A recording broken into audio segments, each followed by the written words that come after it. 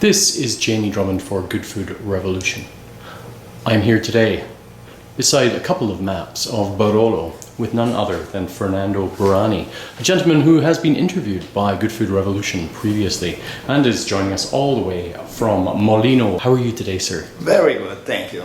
Now, we've just been tasting through an introduction to your wines, through the Arnese, the Nebbiolo Langhe, going into your Barolo, as well as the Dolcetto and the Barbera. And I was actually fascinated where all of your vineyards were when it came to looking at Barolo as a region as a whole. So starting with your Arnese, perhaps you would like to talk a little about Arnese and why it is planted where it is.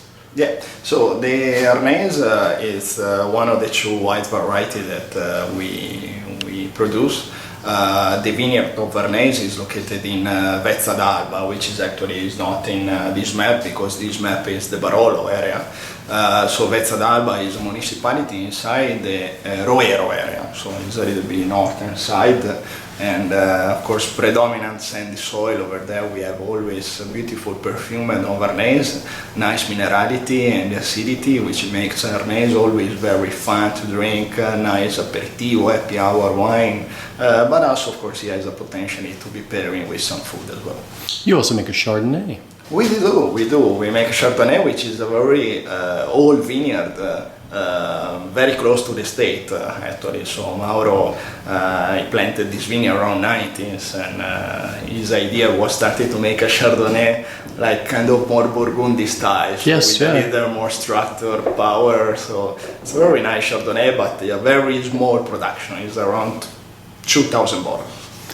Now, speaking of smaller production, you also make Dolcetto. Dolcetto is something that has been ripped up by many a Barolo producer and replanted with grapes that make them a bit more money. But you've chosen to maintain the production of this Dolcetto.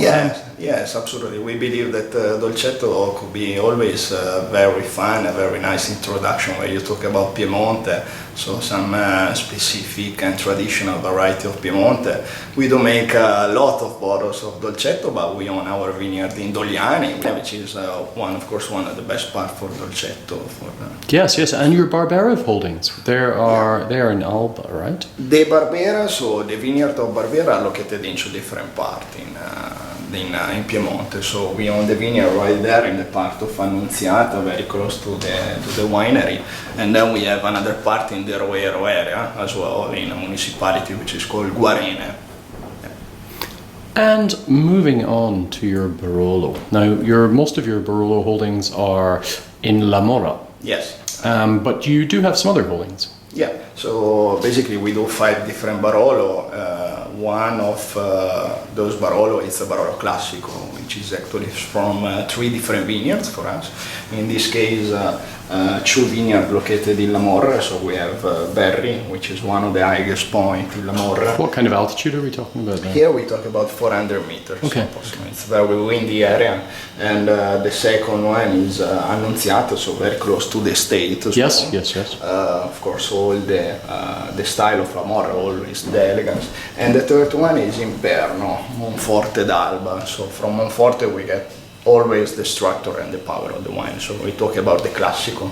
And then for the single vineyard, we do 4 different single vineyards. So we own a small plot inside the area of Berri, which is Gallinotto, our name of the single vineyard. We do La Serra, which is very famous. Yes. So many famous producers doing La Serra. We are very lucky and proud to own a very small plot. It's only 0.3 hectares. Right.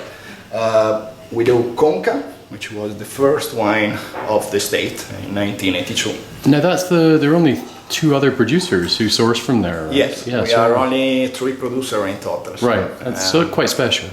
Very special. Yes. Very, very special for us and for the family, for Mauro. It's Mauro's favorite wine, but there is a reason why. And then Briccolucciani, which is actually very close to Conca, and it is actually one of the most important single vineyards in La Morra, for sure. How would you describe the differences in the glass between those sites that you just mentioned?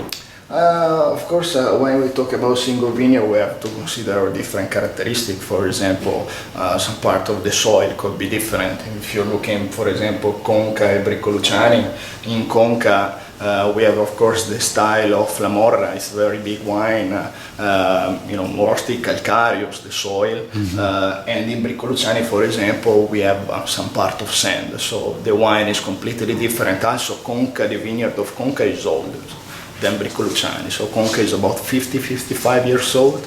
And Bricolucciani is about 35 years old. And then when we talk about also the altitude, there is very big example when you talk about Gallinotto, so the area of Berry, one of the highest point in La Morra. I think some of them go up to about 500 meters, I think, don't they? So the highest point of La Morra, when you talk about the altitude of La Morra, is 513 meters, so 513. Are there vineyards planted at that? Closest. Right, okay. Yeah, okay. Closest by.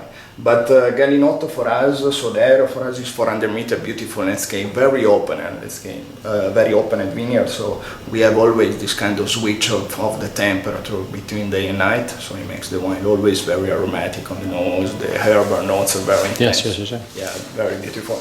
And then we have La Serra for sure. One of the highest as well is 370 meters. Right. So it's getting up there, yeah. Yeah, but there La Serra is not like an open space as Gallinotto is. So it doesn't have that air circulation. Yeah, you don't have always this kind of switch. So it also makes the wine very big. It's very old wines as well for La Serra, and very famous as well. Of course, yes. So you're looking at very particular vintages right now, which have just been released into this market. How would you describe it's the 2014 we're looking at today? Yeah, so we have today at the tasting here, we have the 2014, which was the last year. Yes. We released it last year. 14, it was a very elegant vintage. It's a very elegant, very approachable vintage. You have this kind of characteristic on the nose, so very open-head, aromaticity, beautiful aromaticity. And it's quite approachable because you can really open a bottle of 14 and, drink. So you don't need to sit on it for another 10 years until it's ready to drink. No, especially of course for our style, for La Morra style, but also when you have a vintage like 2014, you can really enjoy it right away. And then we have for 15 as well, which is the currently vintage. We released it in January. When we talk about 15, of course, we are talking about a wine that has a very long aging potentially, very powerful. But at the same time, 15, it's a wine that is very elegant on the nose. So it's also due of our style as well, the style of Mauro Molino, are wines that they can be really appreciated even now.